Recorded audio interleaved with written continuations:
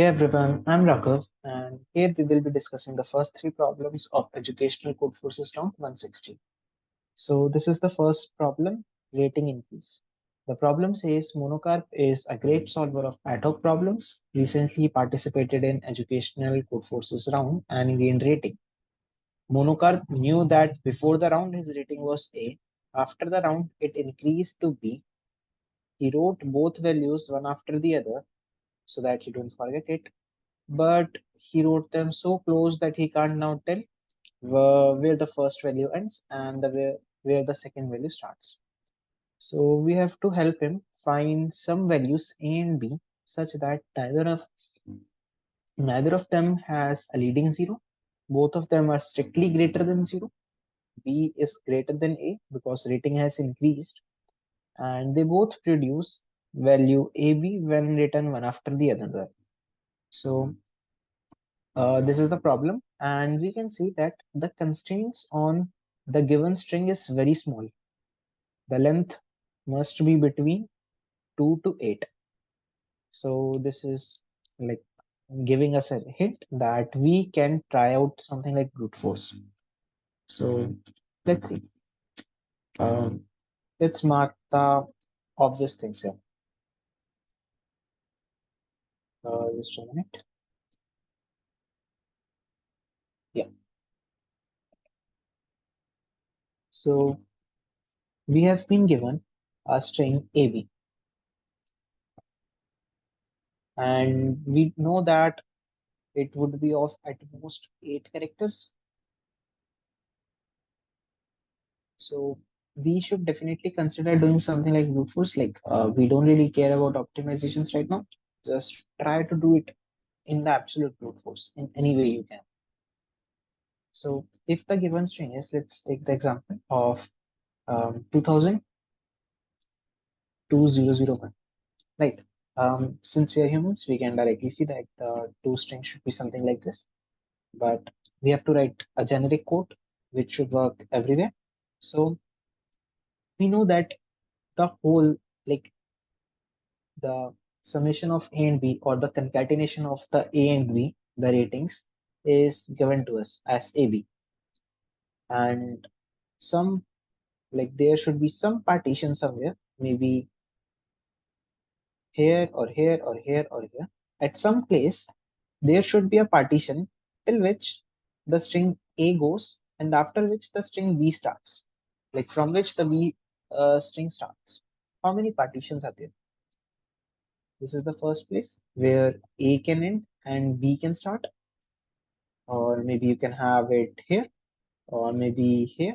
No, you can have only some places where A can end and B can start. So why don't we just try it out for all of these points? Let's just say that what if A is 2 and B is 0, 0, 0, 2, 0, 0, 1. Basically, we just took a little bit of prefix since this is A plus B, so A must be some prefix. We just took some prefix into A and the remaining string into B. And now check whether it follows the four constraints given to us in the problem or not. So you can see that it is, like you can clearly see it is having leading zeros. So this is not satisfying, right? It doesn't satisfy it. Let's check for the next one. A is 20 and B is 0, 0, 2, 0, 0, 0, 1. Again, it has a leading zero. It would fail. In the next one, you will have A with like 2, 0, 0 and B equal to 0, 2, 0, 0, 0. Sorry, I added one extra zero here by mistake. Yeah, this would be the string. Again, it has a leading zero, so it also doesn't work. The next value you can have of A and B as A is equal to 2, 0, 0, 0 and B is equal to 2, 0, 0, 1. Now, in this case, B is not having any leading zero. Neither A has any leading zero. Like both of them pass this condition of one not having any leading zeros. Both of them are strictly greater than zero. The number 2000 and the number 2001 are both greater than zero. B is greater than 0, that one is also holding it. B is greater than 0. And to produce the given value AB, like if we concatenate them, then if we just write 2000 and write 2001 afterwards, it would concatenate to AB. This is pretty obvious since we have just partitioned the given string into two parts. So concatenating it must definitely make the whole original string. So it is satisfying all the four conditions. Is it necessary that we would have only one case? So in the problem, they have already mentioned that there can be multiple answers. There can be multiple answers, and in that case, we can just print up any one of them. So here is just a very small task. Try to think of a case where you will have multiple answers. Just anything. Maybe you can try it out for 5 seconds. I hope you got it. So maybe you can have a string like um, 2, 3, 4, 5. Here, one of the possibilities is initial rating was 2 and the end rating is 345. And another possibility is initial rating was 23 and ending rating is 45. Both of them are passing the case.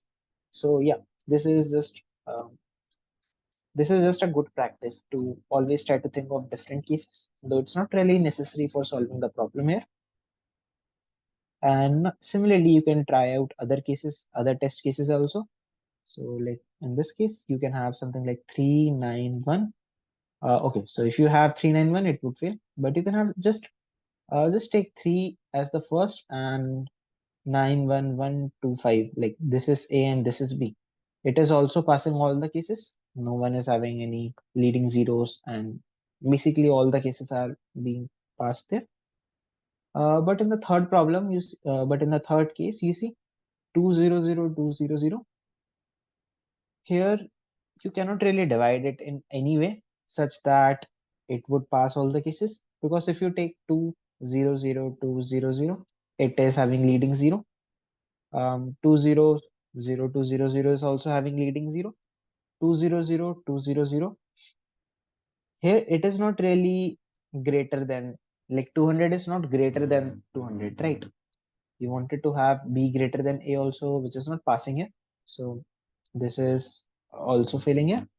And for the other cases where you have 200200, it is also not good. 200, sorry, 200200, this is also not good. So like in this case, according to our logic, the way we had been trying to find it, trying to check if it is possible or not, like in the problem, it has been mentioned that it might not be possible. For the given string, such values of A, B, A and B might not exist. In that case, we have to give -1. And here, in this case, we can see that we are not really able to get any values of A and B, and the problem is also given -1. So in this case, it would be -1. And similarly for other cases also, like you can just generate 2001000, like this is B and this is A. For 12, like just this is A and this is B. Like this part is A, this part is B. So this is how you can like this is how all the input test cases are passing on the logic. So how would we code it up? How will we code it? We can just simply say that hey, I have the string AB. Let's say this is the string. So initially take only the first character as the like only the prefix of length 1 as A and the remaining string as B. Like divide it into this part. This is A and this one is B, this whole. Check if it is passing or not, if these four constraints are satisfied or not. If they are satisfied, then that's your answer. You can just print it, since we can print any of the possible answers. Just print it and end the test case. Otherwise, check for uh, prefix length to be 2 and the whole string to be taken for B. Again, do this if it fails for prefix length 3. And till when will you do this? You will do this till you have n minus 1 characters in the string A and only one character in string B. Both of them must be non-empty. Sorry, both of them must be non-empty, because an empty string is basically nothing but zero. It would be zero in value. So I think that the problem must be clear by now. So we can look at the code. Here's the code. So first of all, I am just taking up the inputs, finding up its length. After that, I'm running up a for loop for I. This is telling about here I is telling about the prefix length, which I'm taking for A. Here I've used the function substr. This substr function just takes up two parameters. One first is the index, and the another one is, okay, let me write it like this. If you have a string, let's say string str, then this str can actually call this substr function, which is used to, if you have a string, it is used to just get some substring of the string. It has two parameters, start index and the length of the substring you want. So for the string A, I want the prefix. I want the string to start from the very first character. So this is 0. The starting index is 0, and the length should be I. For the string B, what I want is, I have the string, I have taken the first I characters in A. So the string B should start from here, from index I, and the length would be n minus I for the string B, which you can clearly see, here. After that, since A and B right now are strings, but if you want to compare B greater than A or not, this thing, for that you need to convert them to integers first. Converting them to integers is pretty easy, so that's why we are doing it. Just convert them to integers using the stui function. You should know about these functions. No problem if you don't know about them right now, but just learn from here. The stui function takes a string as input and converts it to an integer. So let's say if I have a string 44 and I pass it inside stoi, then it will output me 44 as an integer. So this is good. We have got A and B as integers, num A and num B. Now we are just checking about the constraints, that A is not having any leading 0, B is not having any leading 0. Leading 0, what we mean by leading 0 is that it should not start with a 0. So it is not starting with any 0. And num A is smaller than num B, and A plus B is equal to AB, though you don't really need to check this condition, because we have already, we have got A and B from AB itself. So you can avoid this condition. This is just to show, since I wanted to write the constraints here, so that's why I did write it here, just for safety. And after that, in case if all the conditions are met somewhere, just print out A and B and return. Simple. And in case if we don't find any of solution inside the whole loop, then you will never return somewhere. And at last you will just print out -1. In case if you printed the answer anywhere, then you would have just called the return function. This whole stuff is being written inside a solve function. This is being called again and again for every test case. Okay, so I think that it should be pretty fine, and we can move on to the next problem. So let's move on to the problem B. In the problem B, we have been given a binary string. What is a binary string? It is a string consisting only of zeros and ones. And we can perform two kind of operations on S. The first kind of operation is, whatever string we have, we can just delete any character from anywhere in the string, and it will cost me 1 point. So if I have a string like 101010, like 10, and I choose to like, I just want to delete this one. Let's say I have 101010, and I want to delete this one. So I can just choose it, and the string will become 10100. This one would be eliminated. It would cost me 1 coin. The other operation is just swap any pair of characters in S. This cost, the operation is free, which means it costs 0 operations. So what you can do is, let's say I choose to um, apply some operation of type 2 on this string. I can just swap any two characters. Let's say I decide to swap these two. It will become 01100, and there would be no cost. Here it had one cost, like 1 coin, 1 coin as the cost. Here the cost would be 0 coins, 0 coin. We can perform these operations any number of times in any order. And um, let's say I had the string S.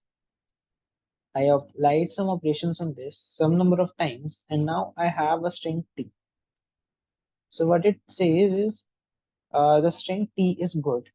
The string T is good. Like this. The string T is good only if for each I from 1 to this mod T means the length of T. So if the given string was something like 101010, and the ending string is 0101, the length is here 4. So this mod T would be 4.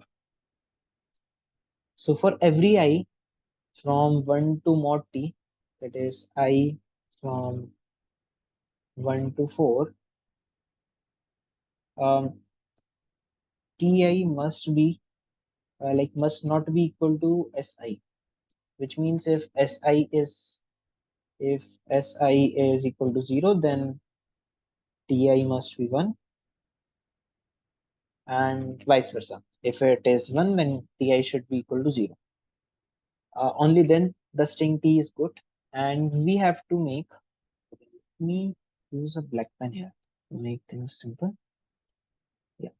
So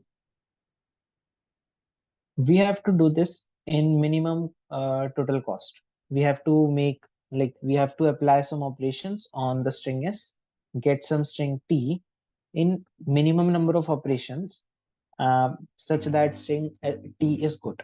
So I hope the problem is clear. Let's look at the test cases first. What can I do with the string 0? Like S is 0, this is a string the 0. I can apply some operation, and I want the T should be a string in which,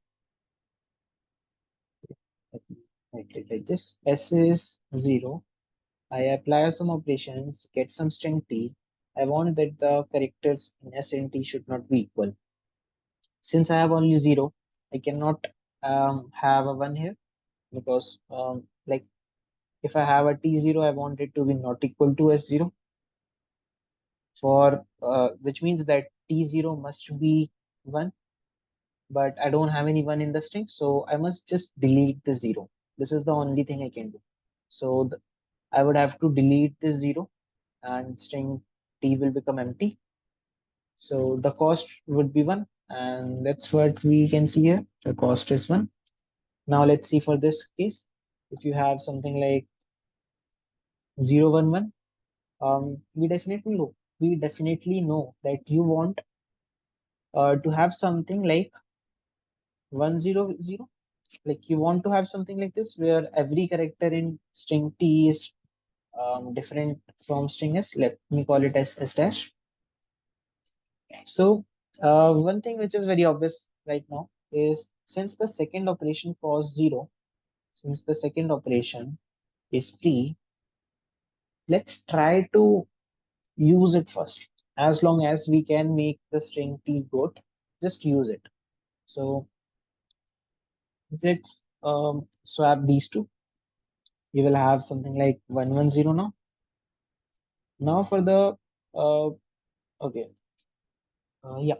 So you want to have the string T look something like this. We want it to look something like this. The first character is now basically not equal to the starting first character of the original string. The second character is 1 here and it is 1 here. You don't like this. Can you do something for it? Yeah, you can just swap these two. So let's swap these two. Now our string would look something like 101. Now the third characters and both of them are matching. Here these two are matching. Can we do something for this? So unfortunately we cannot do anything. If we just swap it with any of the first or second character, in that case there would be problems there. So now we have only one choice, just delete it. Because if I delete it, it would cost me one coin.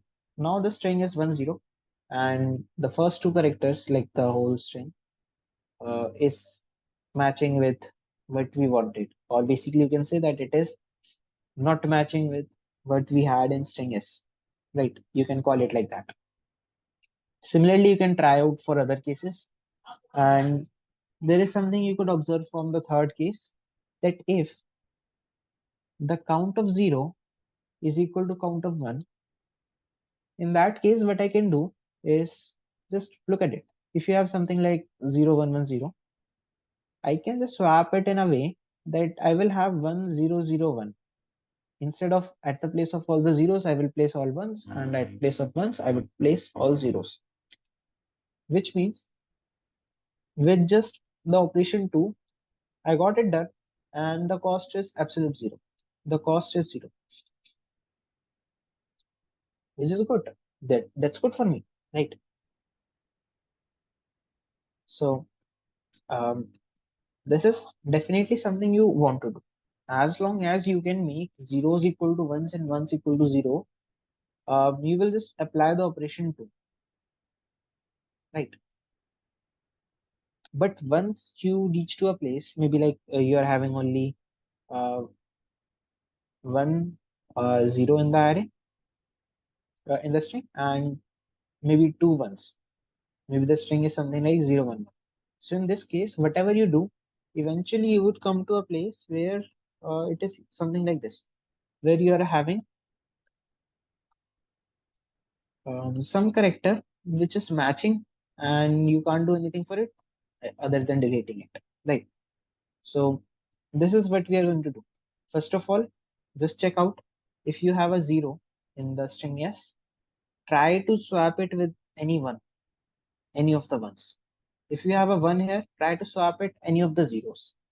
Eventually, when you don't have any zeros, like let's say, or any ones, let's say you come to this point, you have a 1 here in the string yes, but after, like when you would have made some swaps here, you would have made it 101. At this point of time, you have only a 1 left, and it is uh, basically clashing with it. You don't want it to be equal, so in this case you have to delete it. It's the only thing you can do. So since like this is looking good, this is what we can do, and you can try to think of doing something better. You would realize that even like there is no better way. There is no way in which we will have minimum, like even less number of operations, because before we delete it, we have been doing only the best operations. So what do I mean? I mean that if I have any string with some zeros and maybe some ones, I've already I've already swapped some zeros and some ones to each other to minimize the number of clashes. What do I mean by clashes? I'm saying that if Si is equal to Ti, for now I'm just going to call this as a clash. I've already reduced it as much as I could. And after that, if you can't reduce it any further with operation 2, then just delete the characters using operation. This is what we can do. So I hope that it's quite clear. And now let's see how to do this, how to implement it using the code. So first of all, I'm taking the inputs and finding the length. After that, I'm finding the frequency of zeros and ones in the given string. Remember one thing, like this is very helpful at a lot of places. If you have a given array, yeah, if you have a given array or string or something similar in which you can freely rearrange elements, you can just rearrange elements and it doesn't really create any difference. Try to either think of it as sorted stuff, either think of it in sorted order or hashed order, or basically just uh, find frequency of every element there. Find frequency of every element.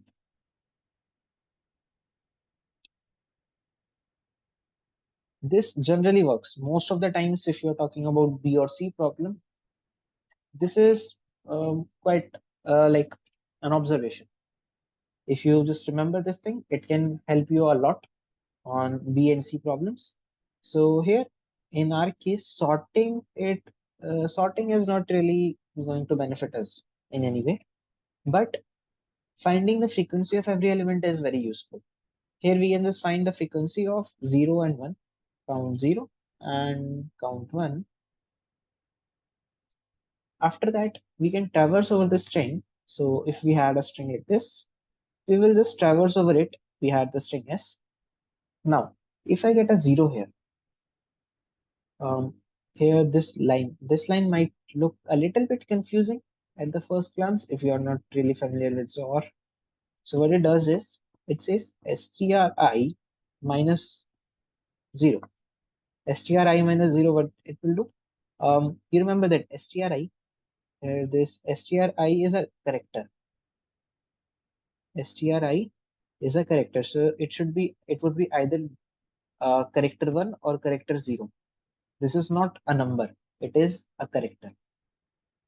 If you subtract 0 from it, you will get a number. It would be either 1 or 0 depending upon whether it was 1 or 0, or even if it was something like 6, you would get 6 there, right? In that way. Right now I'm not really explaining of how it becomes. You can just check out a sky value or maybe try to search about it on how to convert a character to number, something like that. So in this way, my stri minus 0 will make it 1, and I will just make it XOR with 1. So in case if stri, basically you can even write if else condition if you are not very comfortable at it. You can even write something like if stri is equal to character 0, then rec equal to 1, else rec equal to 0. You can even write it like this. I've just written it in one line. After that, I'm saying that, hey, the uh, the element which I require to place, uh, because if there is a 1 in S, I want to place a 0. If I don't have any element left, if I have already used all the zeros, in that case, all the remaining elements, let's say if this is the first element for which I cannot do anything, then all the remaining elements must be deleted, because okay, let's see this also. If you have something like 0 0 1 1 1 1, something like this, or maybe 1 1 1 1 0 0, let's take this example instead. Here the count of 1 is 4 and count of 0 is 2. Now what we can do, we have was 1 at the beginning in the string, so we want to place a 0. What will we do? In the string t, we will place a 0 at the start.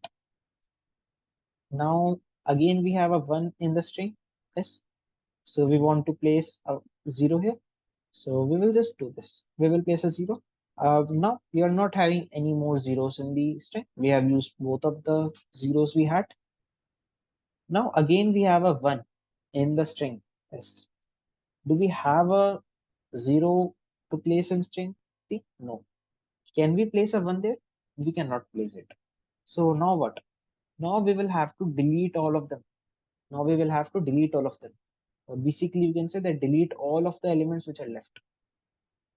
If this is I equal to 2, then you can say that hey, n minus I elements are left, which which I have not traversed it, and I have to just like that many elements I would have in the other count also. Or maybe you can just even say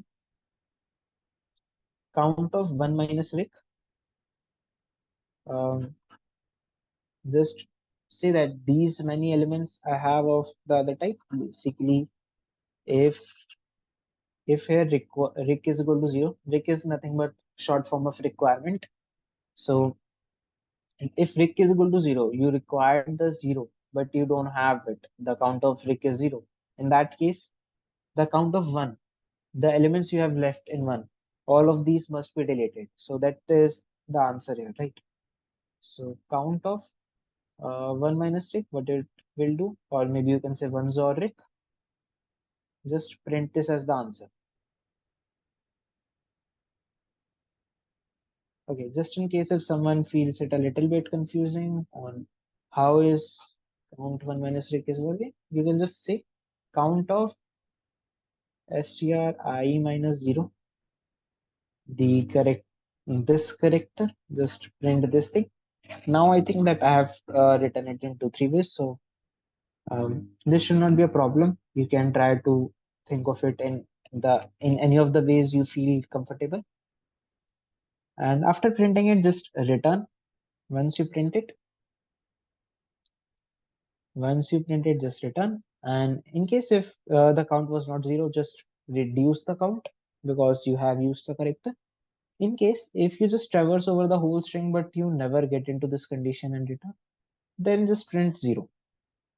It means that you never faced a problem. And it would come only in the case when count of 0 is equal to count of 1. So I think that this problem would also be clear now. And we can move on to the third problem.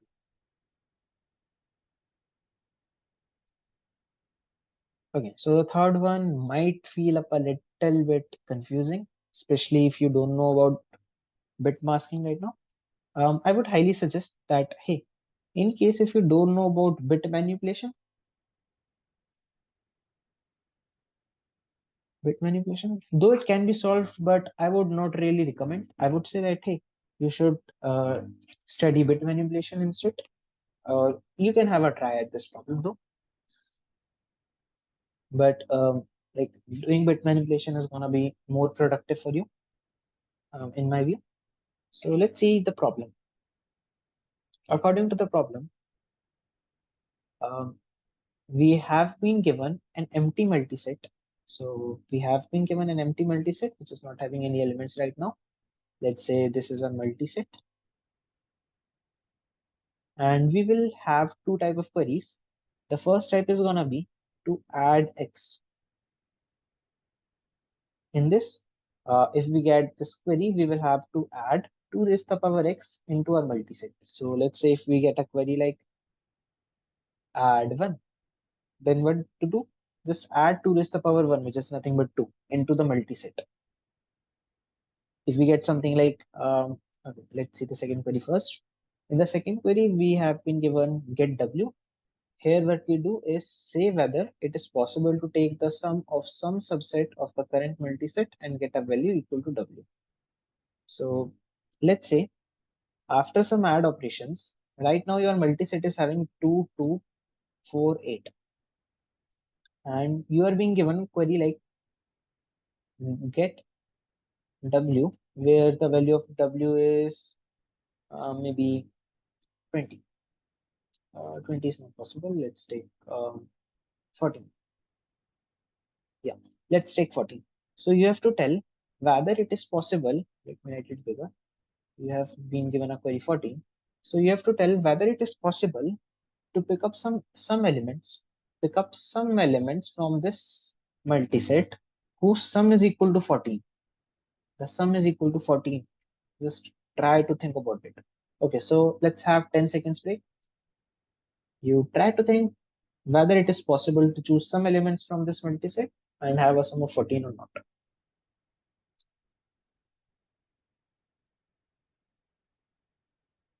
Okay, I hope that you got it.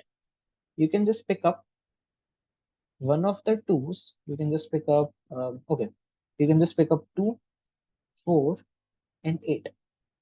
And yeah, the sum is 14. Let's make it a little bit complicated.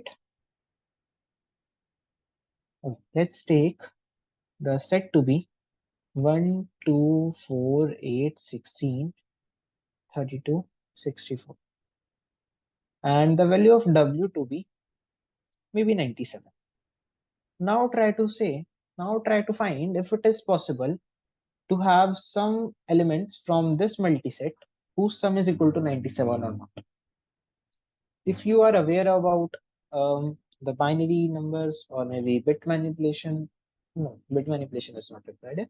If you are aware about binary numbers, you should already know that we can represent any integer, any at least any positive integers for now. For now, we are talking about positive integers only.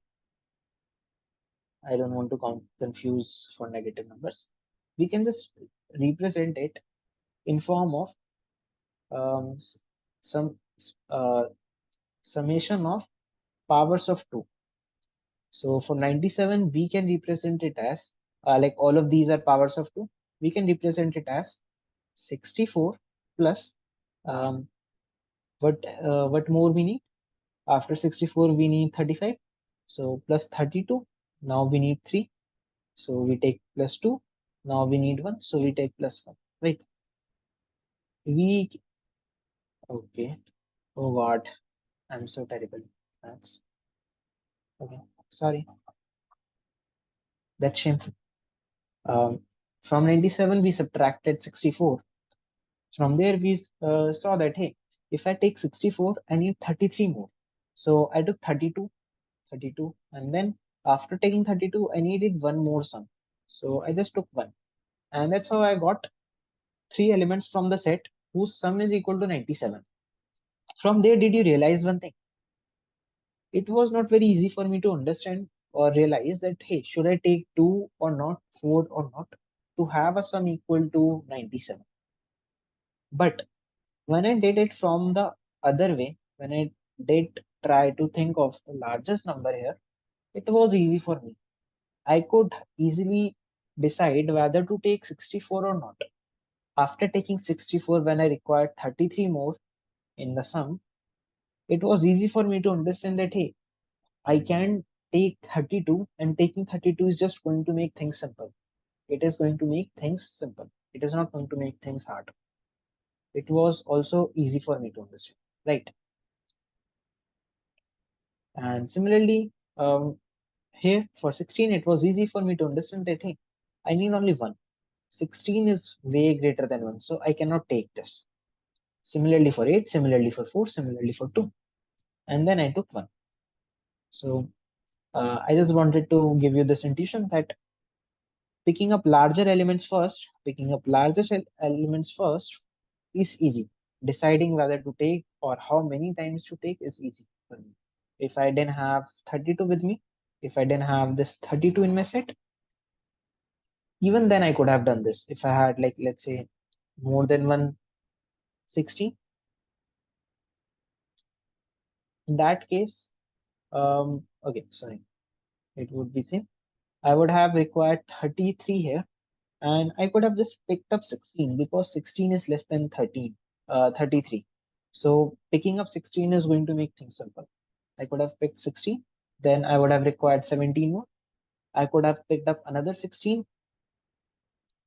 then I would have required one more, and then I could have just picked up one, so that the sum of these elements is 97, right? So the whole idea is picking up larger values first, like deciding whether to pick up a larger value first is easy. And I can give you a little bit of a task, a small task. Try to find up a sum of 103. 107, 82, and 78.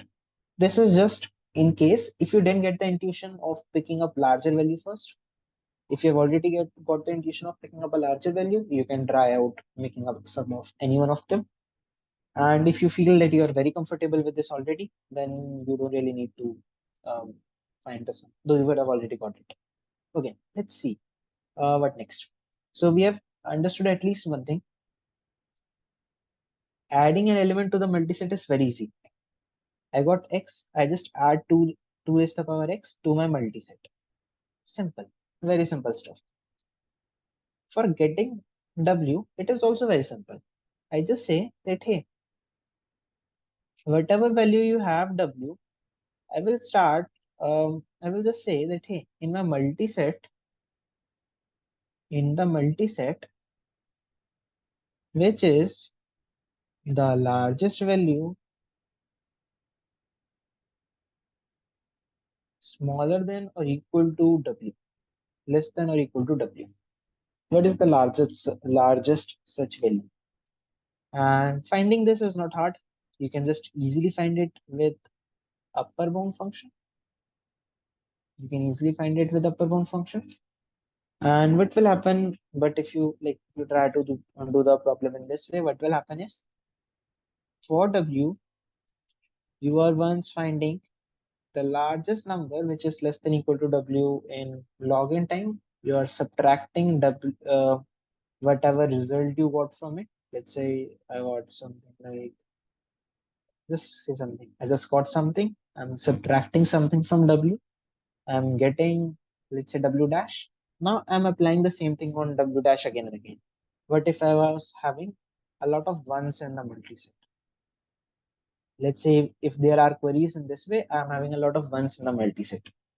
Will I really apply, will I really subtract one again and again from the multiset? What will happen in that case? I might be running up this big O of n times, and every time it is taking big O of log n complexity, which is terribly bad. Which is terribly bad because it is just for one of the queries. I'm having big O of m queries here. I'm having m queries. In the problem, we have m queries, which is 10 raised to the power 5. So this is very inefficient. Now, right? And one more thing. Let's say I have something like 1, 2, and 2 maybe. Or maybe let's say I have 1, comma 4. And the W was equal to 3. Can I build it? The largest number which is smaller than W is 1. So I will just subtract 1 from W, and my new W, after subtraction, W dash would be 2. I would not have this one anymore in the multiset, since I have already used it. Or basically I'm, instead of finding elements whose sum is equal to W, I'm just removing elements from multiset, um, and finding out if I can make W dash equal to 0 or not, or basically the new value of W. So here you can see that W is not 0, and I have already, I don't have any other value which I can subtract or which I can pick up to have my sum equal to W. So in that case, I will say the answer is no. But if there was something like I had a 2 here as well, I could have picked up that 2 with the 1, W dash, W would have become 0. So in that case, the answer would have been yes. This is how I can decide. Now the only problem, uh, just to make sure that you got this thing correct, I hope that you would have already got it, but taking one more example. If I have something like W is equal to 7 and the multiset is maybe 1, 2, and 8. What can you do here? As we discussed, it is easy for me to decide whether to pick up 8 or not. I will not pick up 8 because 8 is already greater than 7. Can I pick up this 2 in the elements whose sum should be equal to 7? Yeah, I can. I let's say picked it up. Now I want 5 more to the sum. Can I pick this one? Yeah, I can pick this. I picked it. Now the sum has gone to be 3 and I need 4 more, but I don't have any more elements. I've used this one, I've used this 2, and I cannot use the 8. So in such case, the answer would be no. And it's obvious, like you see that in this multiset, you cannot pick up elements whose sum would be 7. It's something we want no in this case. If the multiset was something like 1, 2, 4, 8, you would have just got um, 4 plus 2 plus 1 equal to 7. Here in this case, W would have been already 7, then it would have got subtracted 4, then subtracted 2, then subtracted 1, and finally got 0. In this case, I want the answer to be yes. So yeah, one thing is clear: if W eventually becomes 0, answer is yes, else no. I hope this is completely like understandable right now. I hope you understood this part. Now what? Now the thing is, we just want to optimize it, and optimizing it is not really hard, especially if you do CP. If you have been coming to the C problem, you're likely gonna be already aware of it. We can just do something like, instead of storing, if we had something like 111 coming, let's say, um, 10 is the power 3 times, let's say, which is basically 1000 times. If we are having 1 coming in the array multiset 1000 times, instead of storing it 1000 times, we can just store 1 comma 1000, right? Here in this way as well, I would know that, hey, I have 1 coming up 1000 times in the multiset. Right now, this is not actually the multiset. I'm talking about just storing this one. So it is 1000, which is whole inside the multiset. Maybe I can have a multiset in which I have maybe 1 coming up 1000 times, 2 is coming up maybe 10 times, somewhere like this. Now I think for some people it might look up a little bit weird that how are you having some curly braces inside curly braces? What is this going on? So you don't really need to worry about it. I'm going to make it even simpler. This is something I just want you to get intuition. I just want you to get such intuition. After that, basically you can just create something like a map or an array for mapping things. You can store the frequency of how many times 2 raised to the power 0 has been coming at the index 0. If you have, let's say, an array, let me not name it as bits, you can give it any name. So you can just create an array like this, and at its 0 index, you can just store 1000. Storing it like this is going to make it like a lot easier. Your life is going to become a lot easier than all that we had been doing till now. You can just create an array like this of size 30 by 30, because vi would never be greater than 29. So you just want it to be from in the range from 0 to 29, right? So just create it of size 29, sorry, 30 size. Just create a bits 30 and an array like this, or a vector. And here bits, sorry, bits I will tell you frequency of 2 raised to the power I in our multiset. Right, you can do something like this. Now, how will you find the largest element? How will you find the largest element smaller than equal to maybe W? It is very simple. This bits array is of only size 30. You can even manually check this out. It's not hard, even if you just check out every time. And even simpler way, like right now, the problem is very doable even now. Even if you have understood everything till now, we have discussed for this problem, you can try to code it on your own. It should be doable. But just doing some more stuff, making it even easy, like writing the code even easier, shorter code, we can do something like run up a loop for I from 29 to 0. Why 29 to 0? Because we are going from larger element to smaller element. Larger to smaller. And here, just check out it. Hey, in W, if you just divide W by 2 raised to the power I, you would realize how many times 2 raised to the power I can be added, or maybe taken inside a set such that the sum is less than W. Okay, too much jargons, like maybe I said something very complicated. Let's see with an example. Not taking 29 to raised to the power 29 right now. I'm just taking it simple thing.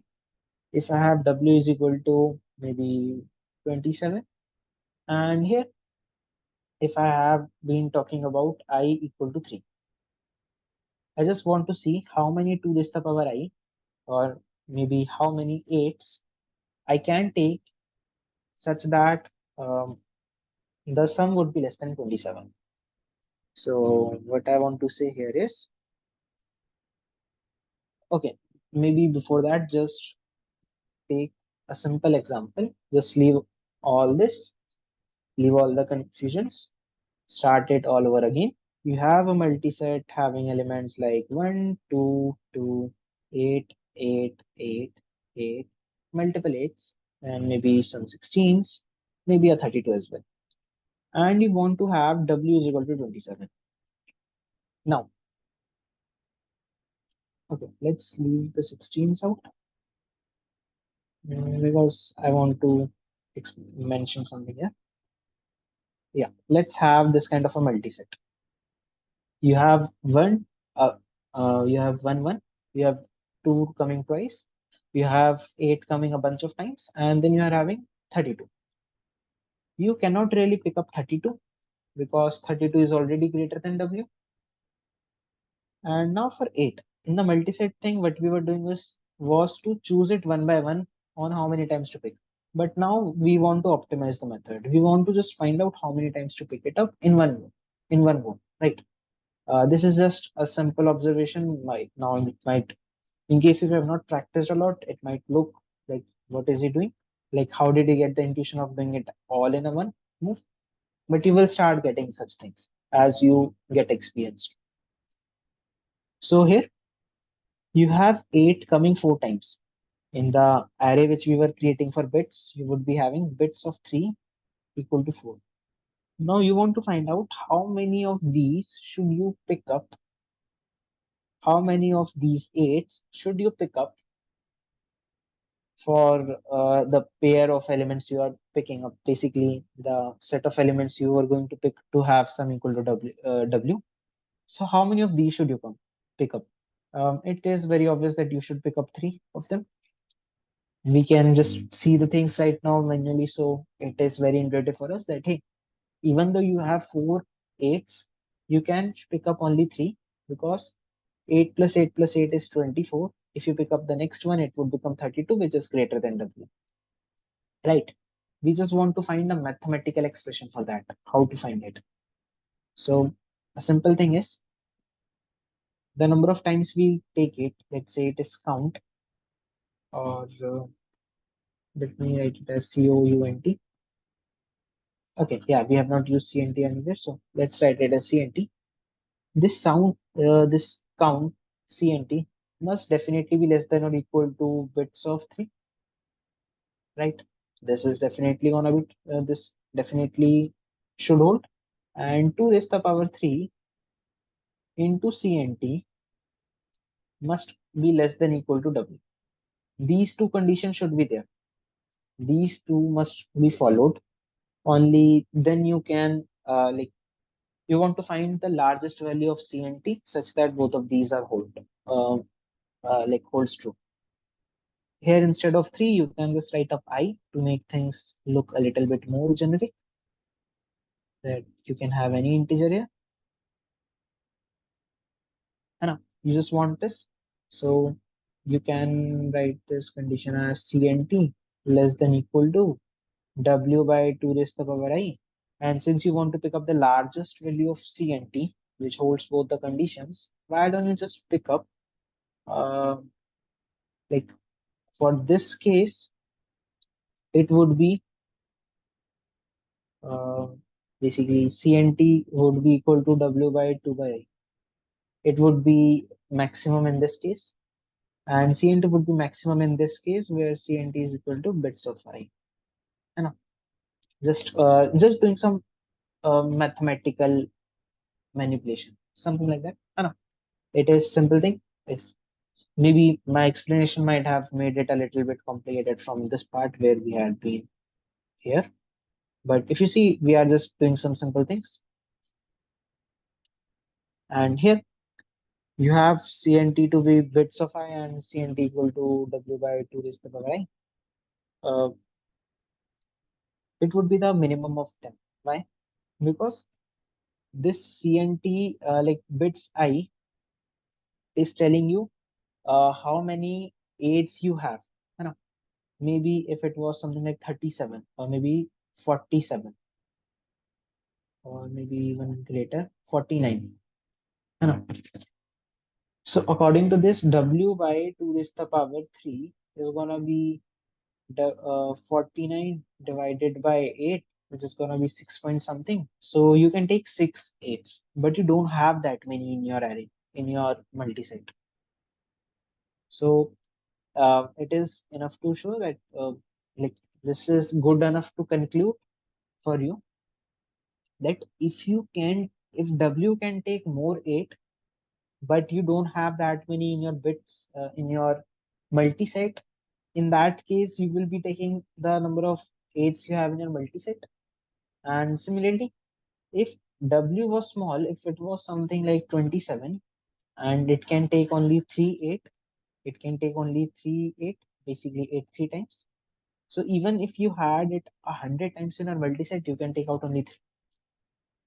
So what we are going to do is just take out the minimum of bit size and W by 2 is the power I, the minimum of these two things. And let's say it to be, I mean,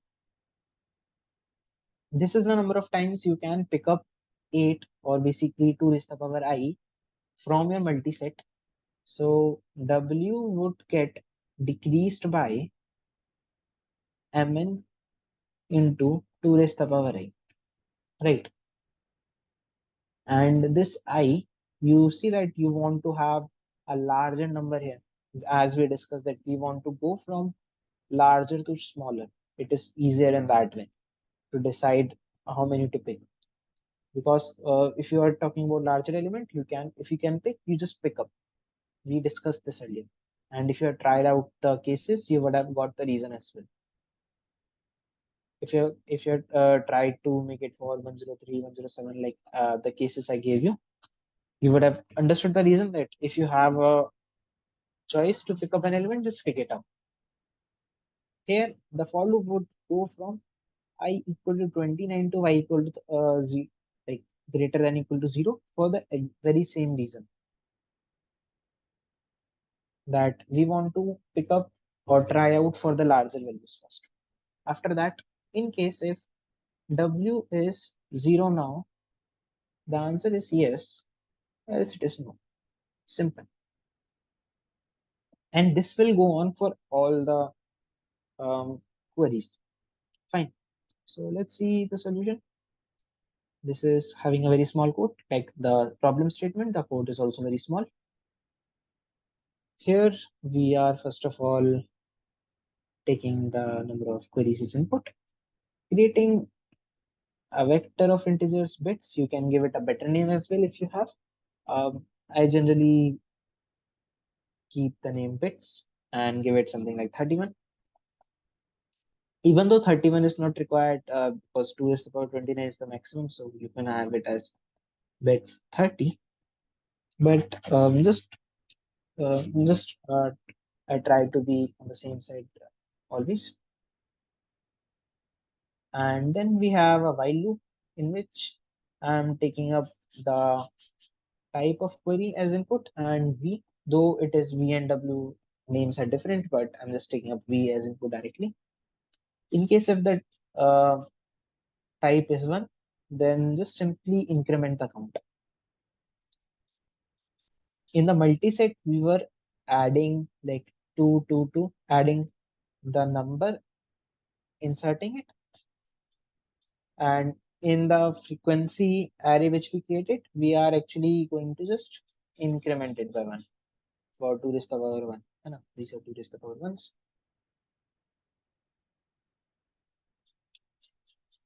Oh yeah, just remember, like I think that I told you this before us also.